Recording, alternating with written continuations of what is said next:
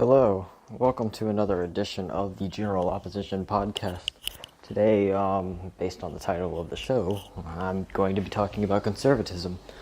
Conservatism is an idea, and people nowadays, interchange with conservatives and Republicans.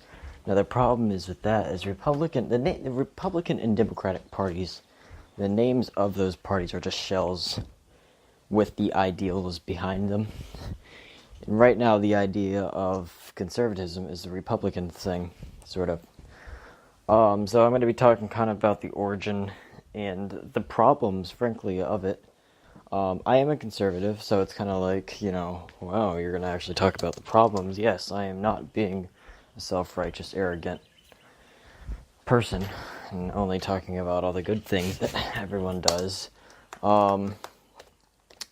So, conservatism, like modern American conservatism, took place in the 30s to oppose the New Deal with FDR's New Deal, which is liberalism.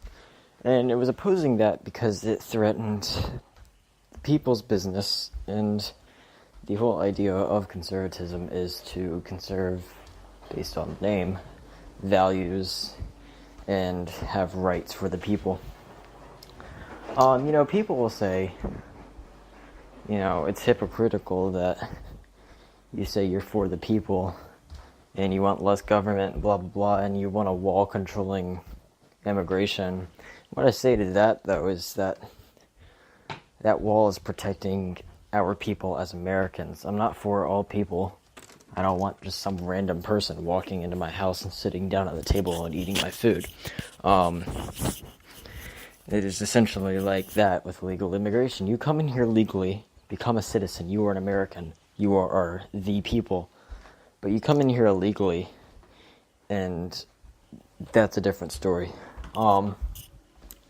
We have laws, and they're there for a reason, to protect our people.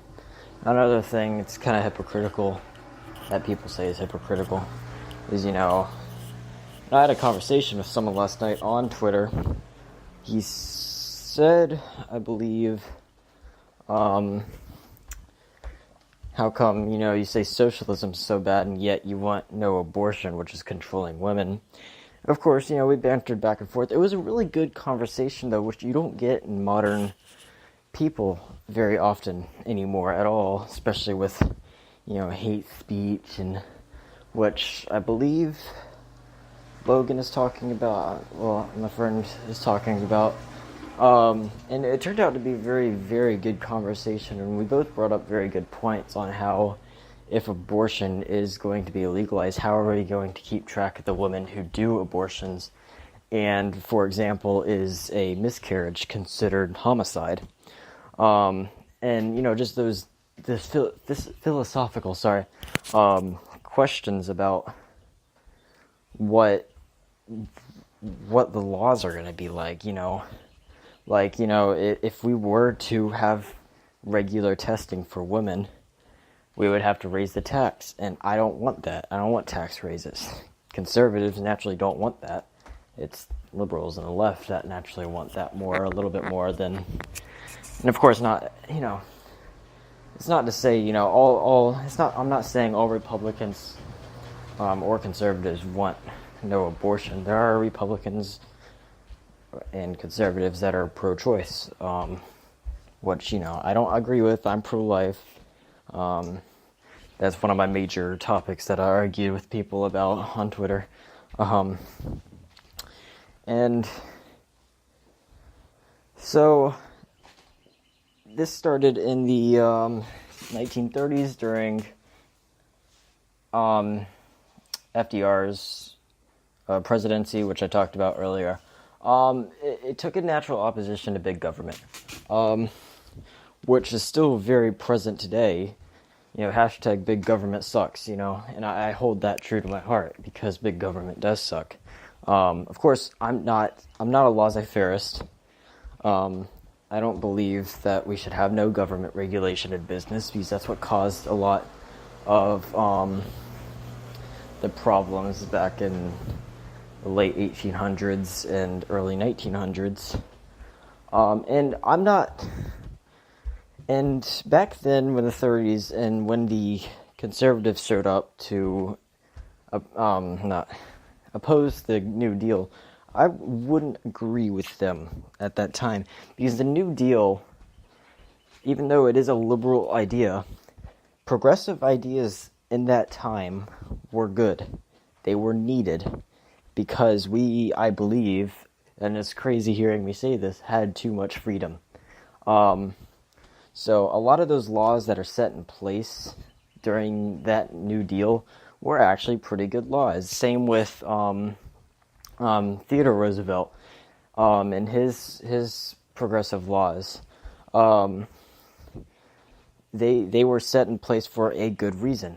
Now, progressives today, which, progressive is another term used. Anyone can be called a progressive. We just call Democrats/liberals progressives because that's just what they're considered nowadays still.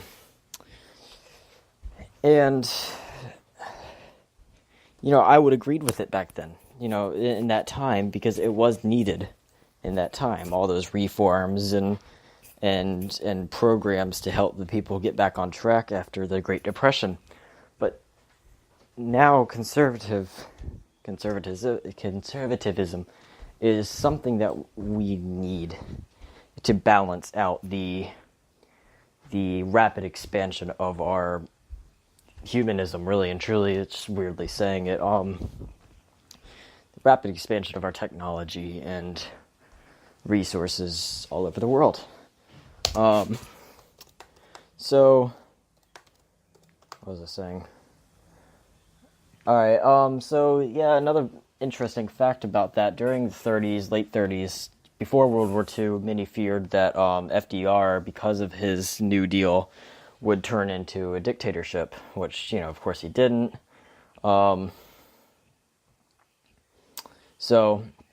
with the future of conservatism, though, I believe the election of Donald Trump kind of nailed that into the ground.